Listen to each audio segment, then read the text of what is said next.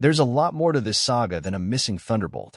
Season 1 of Percy Jackson and the Olympians will adapt the entirety of The Lightning Thief, the first in Rick Riordan's series of 5 novels about the titular demigod and his friends.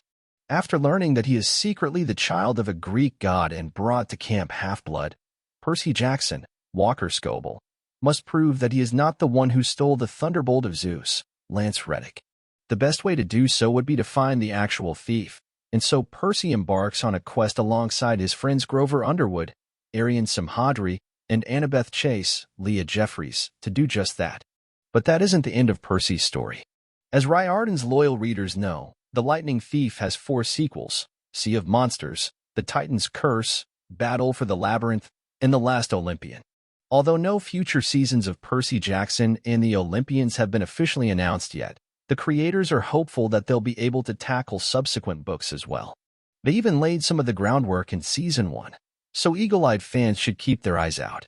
We like the idea of each season of the series being a book, co-showrunner Jonathan E. Steinberg tells EW. Rick didn't know exactly what the 5th book would be when he was writing the first book, adds co-showrunner Dan Schatz. But we have the benefit of being able to bring in things from the later books to tease what's to come down the road.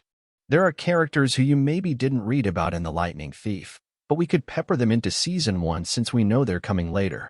The showrunners aren't the only people working on Percy Jackson and the Olympians who are deeply familiar with the source material.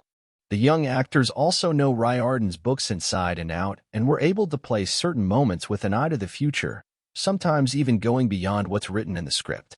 James Bobin, who directed the first 2 episodes and helped set the look of the show, remembers a particular moment between Jeffries and Scoble when Annabeth gently adjusts Percy's armor during a game of Capture the Flag.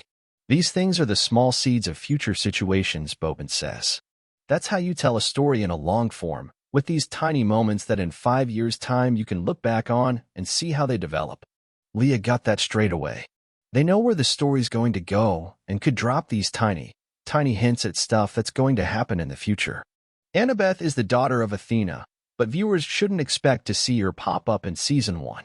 The Goddess of Wisdom didn't appear in the Lightning Thief book either, and Riordan didn't think it was worth inserting a cameo ahead of time. We talked about it, Riordan tells EW. We agreed it would be interesting, we batted her around, and we did some versions of scripts where she made an appearance, but we just had so much else going on. We didn't have the real estate, because when you bring her in, you want to do it right. So we're going to save her for, hopefully, a future season. Percy Jackson and the Olympians premieres December 20th on Disney+. Read more about it in EW's new feature on the show.